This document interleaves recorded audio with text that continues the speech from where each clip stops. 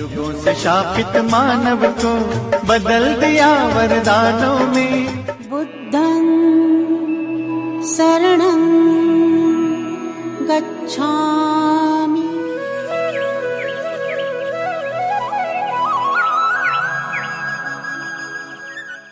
सभी दर्शकों को मेरा मंगल मैत्रीपूर्ण सप्रेम जय भीम।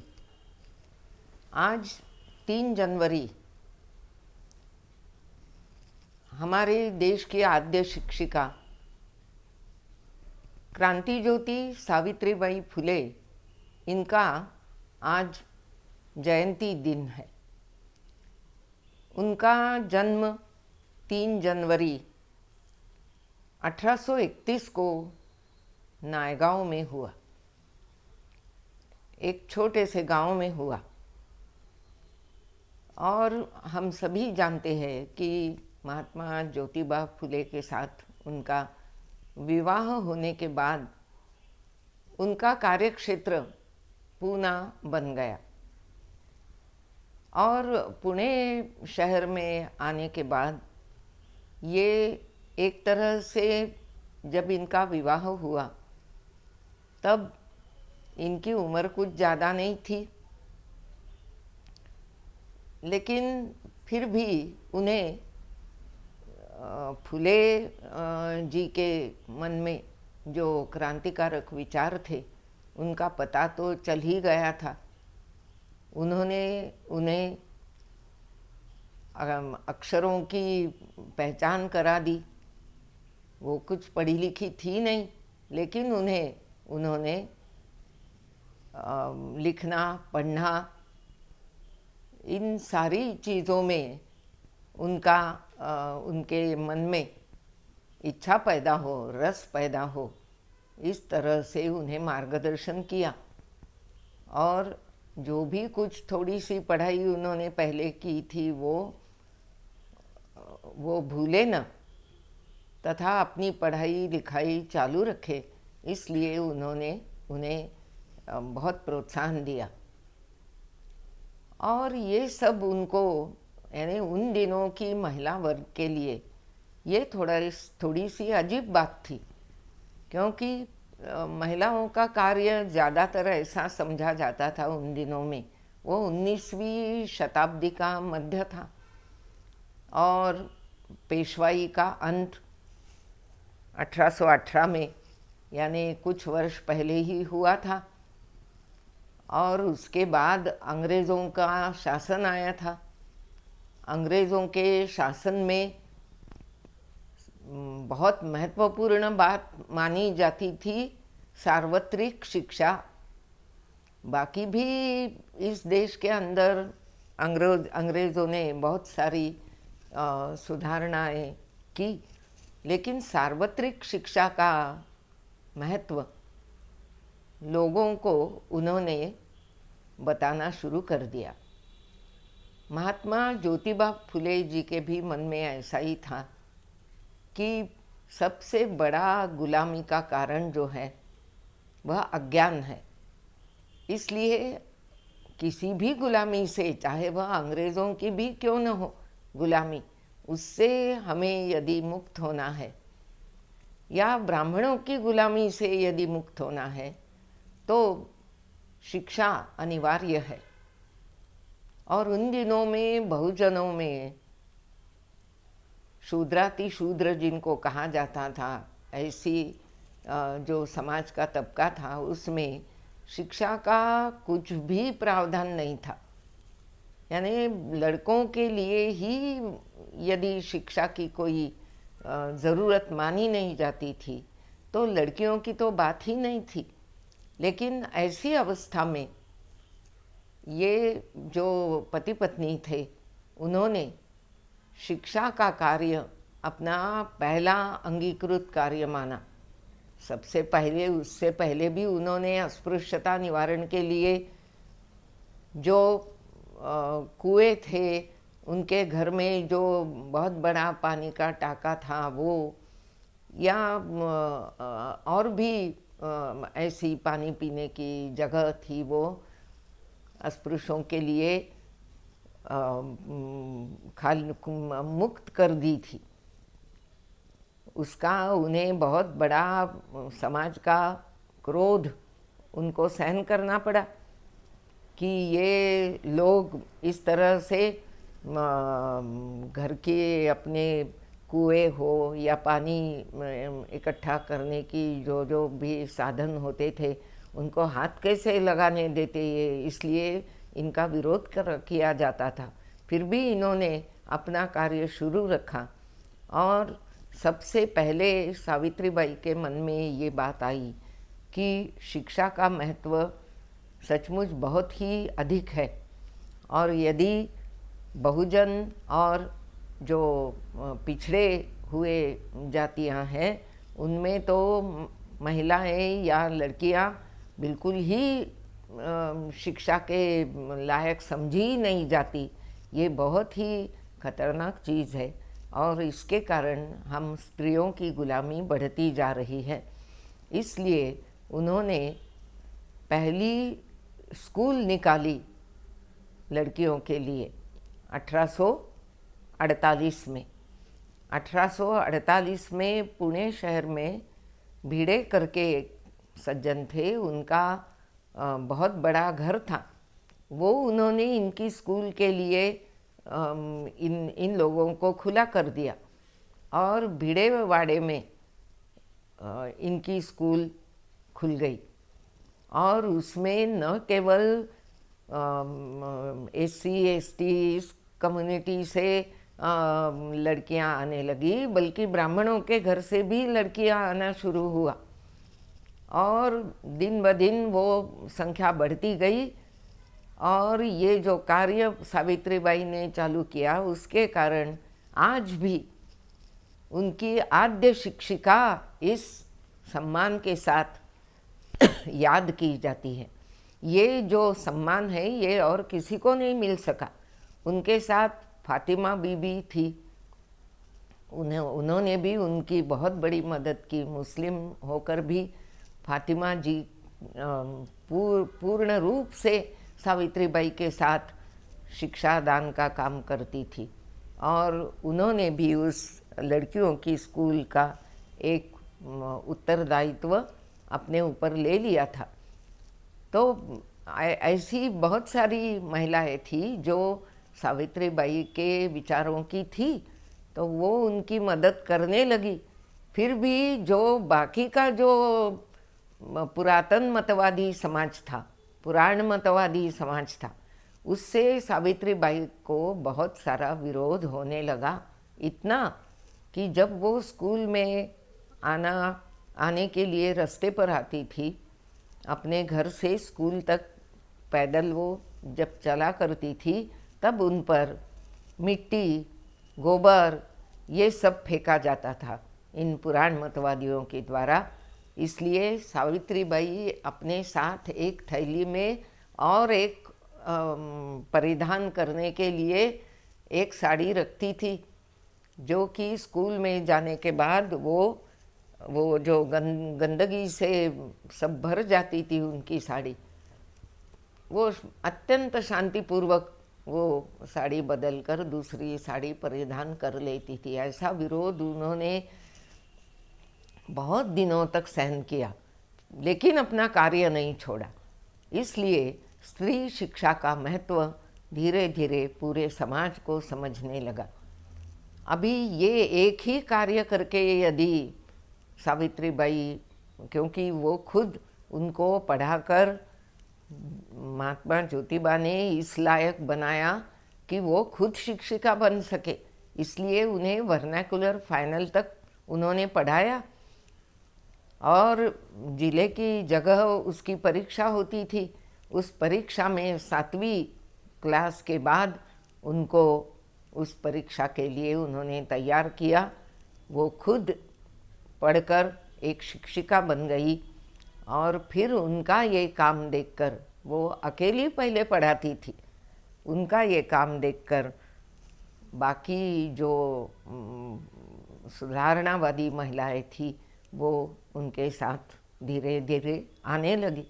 उनके स्कूल में एक मातंग समाज की लड़की थी जो पढ़ रही थी उन्होंने एक निबंध लिखा था उन दिनों में, और उस निबंध की समाज के अंदर इतनी चर्चा हुई, ऐसा कहते हैं कि उसने ऐसा कहा था अपने निबंध में कि हमें धर्म के किसी क्षेत्र में आने से रोक दिया जाता है, हमें कोई भी धार्मिक कार्य में शामिल नहीं किया जाता, हमारी जात को, हमारे लोगों को।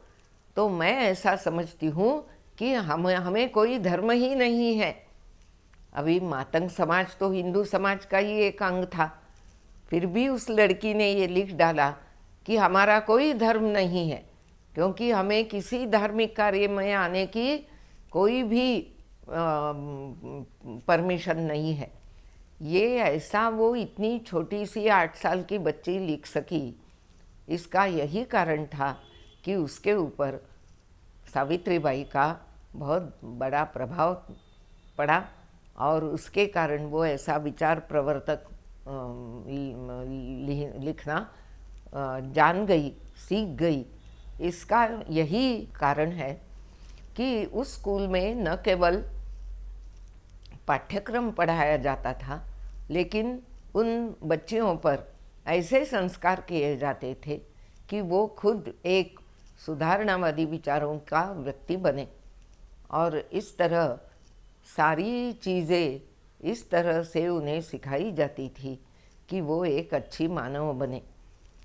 और ये धीरे धीरे उनकी स्कूलों की संख्या बढ़ती गई, स्कूलों में आने वाली लड़कियों की भी संख्या बढ़ती गई, और इसका कितना बड़ा परिणाम समाज में होता होगा, इसकी हम कल्पना कर सकते हैं। कितने साल हुए सावित्रीबाई की ये जयंती हम आज मना रहे हैं, इसके पीछे कितने साल गए। तो सावित्रीबाई का जन्म 1831 में हुआ, 31 में हुआ, और आज 2021 के शुरू में हम हैं। तो ये पूरा यदि कितने वर्ष हो गए इसका हम यदि अंदाज लगाए तो 199 साल हो गए, 189 years हैव पास्ट। इतने साल गुजर गए, और आज मैं देखती हूँ समाज के अंदर कि बहुत ही गरीब बस्तियों से भी लड़कियाँ स्कूलों में जाती हैं। लड़कियों का प्रमाण जो तरक्की करते हैं परीक्षा में, उसमें लड़कों से ज़्यादा है। आज किसी भी पाठ्यक्रम की तरफ हम देखें, इंजीनियरिंग हो चाहे मेडिकल हो, चाहे 12वीं की क्यों न हो परीक्षा, लेकिन उसमें लड़कियां अव्वल आती है, लड़कों से आगे चली गई है पढ़ाई में वो। और पूरे, यानी मैं केवल स्थानिक बात नहीं कर रही, तो पूरे विश्व स्तर पर महिलाओं की प्रगति देखने लायक है। इसका हमारे देश के संदर्भ में यदि देखा जाए तो इसका आदिम कारण ये सावित्रीबाई ने उन दिनों में स्त्री शिक्षा की शुरुआत इस देश के अंदर की। इसलिए सावित्रीबाई ये इस देश की आद्य शिक्षिका गिनी जाती है। और भी कितने सारे काम सावित्रीबाई उसी वक्त कर रही थी। एक तो जैसा मैंने कहा, अस्पृश्यता निवारण, स्त्री शिक्षा, और उसके साथ जो अकाल पड़ता था उन दिनों में बहुत बार, उस अकाल में अकाल पीड़ित जनता की वो माँ बन गई। जो बच्चे अनाथाश्रम में रहते थे, वो अकाल के वक्त और भी अधिक बहुत ही दयनीय दशा उनकी हो जाती थी। इस ऐसे वक्त सावित्रीबाई उनके लिए 2-2 हज़ार लड़कों को खाना खिलाती थी। अनाथालय निकाला था उन्होंने अकाल पीड़ित लोगों के लिए। फिर जो महिलाएं उन दिनों में, जैसी वो यदि विधवा बन गई, तो यदि वह तरुण होती थी तो वो किसी की वासना की शिकार बन जाती थी, और उसके कारण वह गर्भवती भी हो जाती थी।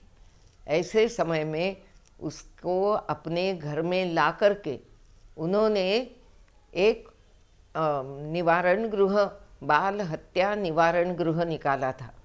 क्योंकि ऐसी इस प्रकार विवाह न होते हुए भी गर्भवती रही उस महिला का उस पर क्या निवारण का उपाय था, तो वह उस बच्चे को जन्म तो देती थी, लेकिन जन्मते ही वो उसे मार डालती थी।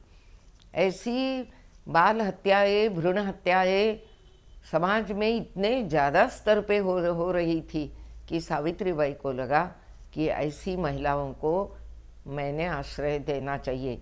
इसलिए उन्होंने बाल हत्या प्रतिबंधक गृह ऐसा बोर्ड लगाया घर पे। आज भी हम लोग ऐसा कार्य करने के लिए हमारा धैर्य नहीं हो सकता, लेकिन उस स्त्री ने उस काल में वो करके दिखाया। जैसा कि मैंने अभी आपको बताया कि 1848 में उन्होंने पहली स्कूल निकाली।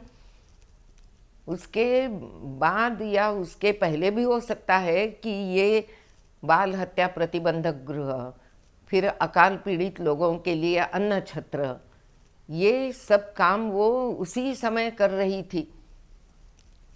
यानी हमें देखकर ये ताज्जुब हो जाता है कि एक ही ये अकेली महिलाओं का संगठन कैसे किया करती होगी।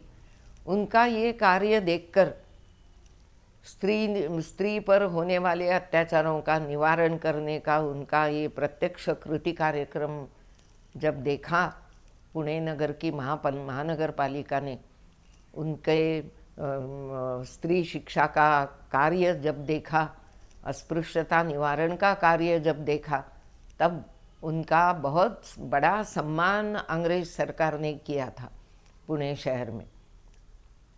और सावित्रीबाई भी सार्वजनिक कार्यक्रम लिया करती थी। वो कभी पुराण मतवादी या ब्राह्मण समाज से कभी डरी नहीं कि ये लोग मुझे क्या कहेंगे। वो जिसे हम हल्दी कुंकू का जैसे कार्यक्रम करके महिलाओं को शहर के बड़े मोहल्ले में, बड़े चौक में बुलाती थी, उनको निमंत्रित करके उनकी सभाएं लेती थी। ये सब काम उस काल की दृष्टि से बहुत ही कठिन कार्य था। तो क्यों कर सकी सावित्रीबाई ये सब काम? क्योंकि उन्हें मालूम था कि स्त्री समाज ये पूरे समाज का आधा हिस्सा है, और यदि आधा हिस्सा कमज़ोर रहे, आधा हिस्सा बिल्कुल ही अनपढ़ रहे, आधा हिस्सा किसी भी अधिकार से वंचित रहे, तो वो समाज कभी आगे जा नहीं सकेगा। इसलिए उन्होंने महिलाओं को उनकी प्रगति के लिए पढ़ाना तो शुरू ही किया, लेकिन उनको निर्भय बनाया। वो भयभीत होके जिया नहीं करे, इसलिए उन्हें आत्मविश्वास दिलाने का बहुत बड़ा कार्य सावित्रीबाई कर सकी। क्योंकि उनमें एक, जिसे हम कहते हैं दृष्टापन, यानी एक विजन, आगे का सोचने की एक शक्ति थी सावित्रीबाई में। और ज्योतिबा के साथ साथ रहकर वो इतनी विचारों से प्रगत बन गई थी कि एक बार उन्होंने ज्योतिबा को एक पत्र लिखा। वो अपने मैके गई थी, वहाँ से उन्होंने पत्र लिखा कि आपके विरोध में जो समाज के अंदर जो दुष्ट लोग हैं वो अभी भी कुछ ना कुछ कारस्थान, कुछ ना कुछ षड्यंत्र कर ही रहे हैं। मैं देखती हूँ कि वो आपके खिलाफ वातावरण तैयार करते हैं, लेकिन आप बिल्कुल ही घबराइए मत, आप डरिए मत ऐसे लोगों से। अपना काम अच्छा है तो हमने वह आगे बढ़ाना चाहिए, क्योंकि भविष्य अपना ही है। ये लिख सकती है जो औरत कि भविष्य अपना है, तो उसमें कितना बड़ा दृष्टापन होगा ये हम जान सकते हैं। दूसरी बात ये है, सावित्रीबाई में और एक गुण था, और वो था कि वह मराठी की या किसी भी भाषा की भी हम कह सकते हैं, काव्य करने वाली आद्य स्त्री थी। आद्य कवि का मान हम लोग हमेशा पुरुषों को देते हैं, लेकिन यहाँ आप यदि देखें तो जैसे ज्योतिबा ने अखंड रचे थे, अखंड यानी जैसे अभंग रहते हैं संतों की रचना, वैसी अखंड यह प्रकार मराठी में ज्योतिबा ने लाया। उन्हें अभंग न कहते हुए उन्होंने अखंड ये नाम दिया था। वैसे ही सावित्रीबाई ने भी काव्य फूले नाम का एक ग्रंथ लिखा। देखिए उनकी कितनी बुद्धिमान थी वो, कि उन्होंने काव्य रचे, निसर्ग पर रचे, फूलों पर, पंखुड़ियों पर। उसी प्रकार शिक्षा पर भी उन्होंने कविता लिखी। उनकी कविता में इतने सारे विषय आते हैं। ज्योतिबा को उन्होंने नमन किया है एक बहुत लंबी कविता में। उस 52 उसमें पद्य है। 52 कशी सुवर्ण रत्नाकर, ऐसा नाम दिया है उसे, 52 कशी सुवर्ण रत्नाकर। इस 52 पद्यों के काव्य में उन्होंने ज्योतिबा के कार्य की महती, उसका महात्म्य वो उन्होंने गाया है। और एक कविता उन्होंने बहुत सुंदर लिखी है, संवाद पद्य। इसमें 5 लड़कियों का एक ग्रुप बनता है क्लास के अंदर, ऐसा दिखाया है। और वो जो लड़कियां रहती है उनको थोड़े 2-3 क्लास उनके शिक्षक गैर हाजिर रहते हैं स्कूल में, तो उन्हें वो फ्री मिल जाते हैं उतना समय। तो अब इस समय का क्या करें? तो वो जो लड़कियां रहती है वो पहले सोचती है कि चलो घर जाएं, फिर सोचती है कि नहीं ग्राउंड पे जाके हम खेलें। तीसरा ग्रुप बोलता है कि नहीं नहीं हम माँ से पूछेंगे क्या करें। इस प्रकार वो अपने इसमें सोचते बैठती है कि अभी 2 घंटे मिल गए हैं फ्री, तो क्यों ना हम इस समय में खेलें। हम इस समय में, किसी ने कहा कि नहीं हम लोग पढ़ाई करेंगे, या कि कुछ लड़कियों का ऐसा मत था कि चलो घर चले जाएंगे, और चौथे का मत था कि हमारी माँ से पूछेंगे। तो वो जाकर माँ से पूछती है। तो उनकी माँ, जैसे सावित्रीबाई ने ऐसा दिखाया है कि उन लड़कियों को ऐसा उपदेश करती है की काम पहिलं शिकण्याचं आहे, काम पहिलं शिकण्याचं आहे, दूसरं काम खेळ खेळा। यानी पहला काम आपका पढ़ना है, आप पढ़ाई करें। फिर दूसरा काम आप कर सकती है कि खेल खेले। जमेल तेव्हा झाड़नं पुसणं, जिस समय आपको शक्य होगा, सहज आप कर सकेगी, उसी समय आप घर झाड़ लो, घर में पोछा लगाओ। लेकिन यदि समय है तो ही, नहीं तो पहला आपका अनिवार्य कार्य है पढ़ाई करना, दूसरा कार्य है कि आप पढ़ाई के बाद खेल खेलो, अपनी सेहत बनाओ। तीसरा काम जब अपने आप को शक्य हो तभी आप झाड़ू पोछा लगाने का काम करो। हाथ लावा घर का माला, उसी वक्त आप घर का काम करो। लेकिन जा आधी जा शाळेला। जमेल तेव्हा झाडणं पुसणं, हाथ लावा घर का माला, जा आधी जा शाळेला। लेकिन पहले आपका पहला कर्तव्य है कि आप पहले स्कूल जाओ। देखिए एक संवाद पद्य उन्होंने लिखा, उसमें वो लिख सकती थी कि वो लड़कियां डांस करती है, अपने एक में को गाना गाने के लिए बोलती है या और, लेकिन नहीं, उन्होंने उस संवाद पद्य में भी जो उपदेश किया है वो शिक्षा का ही किया है। और एक उनकी और एक ऐसी कविता है कि उसमें उन्होंने शिक्षा क्यों क्यों उन्होंने हाथ में स्त्री शिक्षा का कार्य लिया, तो उस कविता का अर्थ हमें उनकी विजन की तरफ ले जाता है।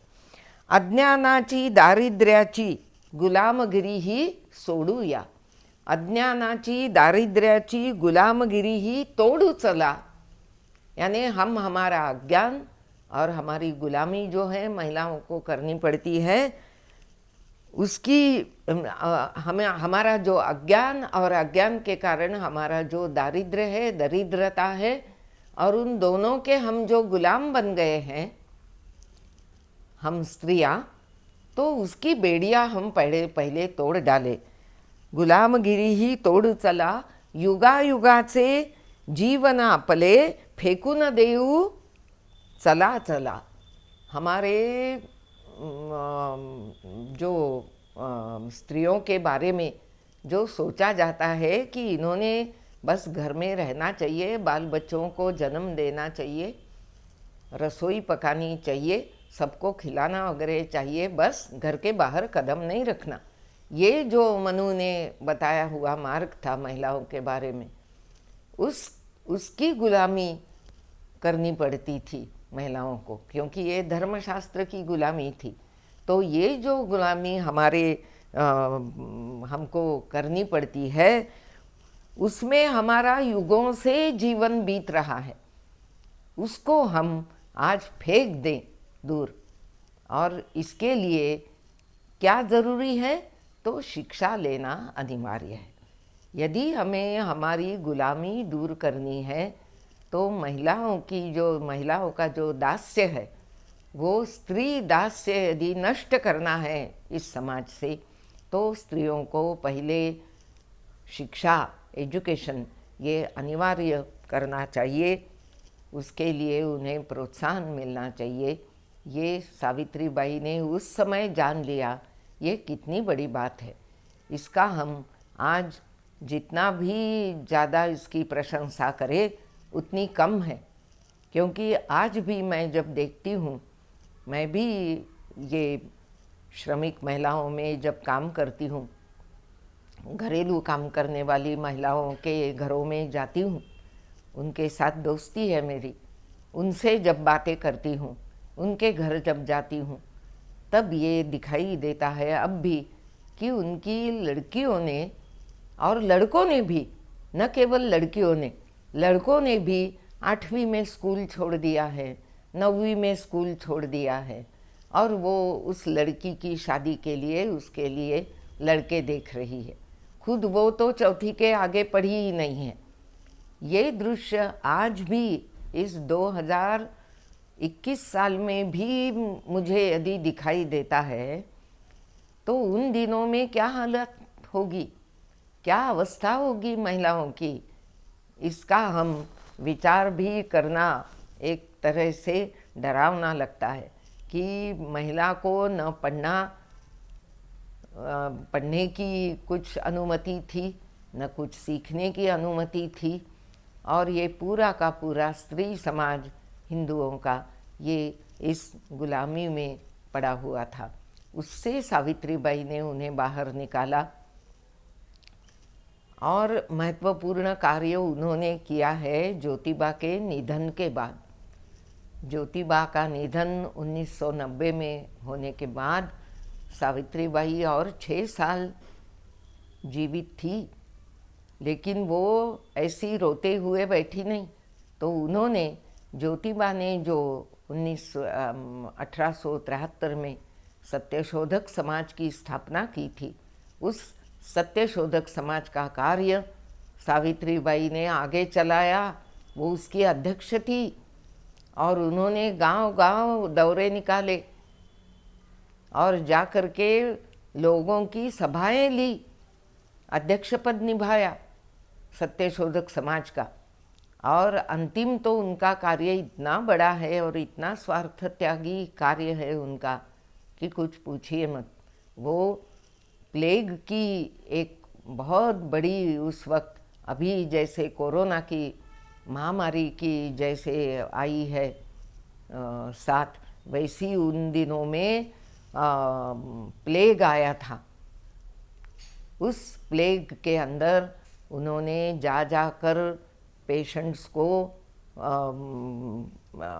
अच्छा करने के लिए, उस बीमारी से उनको मुक्त करने के लिए उन्होंने उस वक्त खुद जा कर के उन पेशेंट्स को खुद उठाया, और ऐसे ही एक पेशेंट को उठाकर वो जब दवाखाने में ले जा रही थी, तब खुद सावित्रीबाई को भी प्लेग हो गया और उस प्लेग की बीमारी में ही उनका अंत हुआ।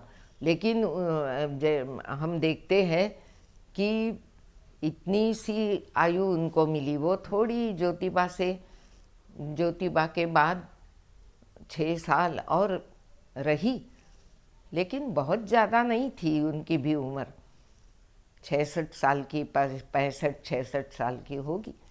और इस उम्र में उनको अपनी जान गंवानी पड़ी, वो भी लोगों के लिए। इतना त्यागमय जीवन था उनका, इतना युग प्रवर्तक कार्य था उनका, कि आज भी उनके जैसी स्त्री मिलना बहुत कठिन है। इसीलिए आज न हम सरस्वती की उपासना नहीं करते। पिछले ज़माने में जो सरस्वती देवी का स्थान था न, वो आज सावित्री का स्थान है। इसीलिए हम जहाँ जहाँ जाते हैं वहाँ बताते हैं कि आप सरस्वती पूजा मत करो, आप सावित्रीबाई फुले की फ़ोटो रखो, उनको हार पहनाओ, उनका नमन करो और उनके प्रशंसा गीत गाओ। तो वो स्थान आज उनको मिला है। आज स्कूलों में सावित्रीबाई फुले के फ़ोटो लगे रहते हैं। ये सब क्रांतिकारक उनके कार्य की जो उन्हें आज पावती मिल रही है, वो बहुत बड़ा उनका सम्मान है। उनका सम्मान अंग्रेज सरकार ने उन दिनों में महापालिका ने किया था। पुणे शहर के बहुत कम महिलाओं को ये सम्मान मिला होगा, वो सम्मान सावित्रीबाई का हुआ उन दिनों में। तो ये सब बातें हम आज याद करके ऐसा चाहते हैं कि हमारे समाज में भी आज जो पिछड़ापन है, आज भी जो रूढ़ी प्रथा परंपराओं का पालन करना ही स्त्री का कर्तव्य है ऐसा समझा जाता है, वो हम सब दूर फेंक दे। गुलामी के ये जो सब प्रतीक है, वो सारे प्रतीक हम दूर फेंक दे और हम भी सावित्रीबाई जैसे एक दृष्टापन अपने में लाए, जिससे हम पढ़े लिखे आगे बढ़े और महिलाओं का एक सक्षम नेतृत्व निर्माण करें।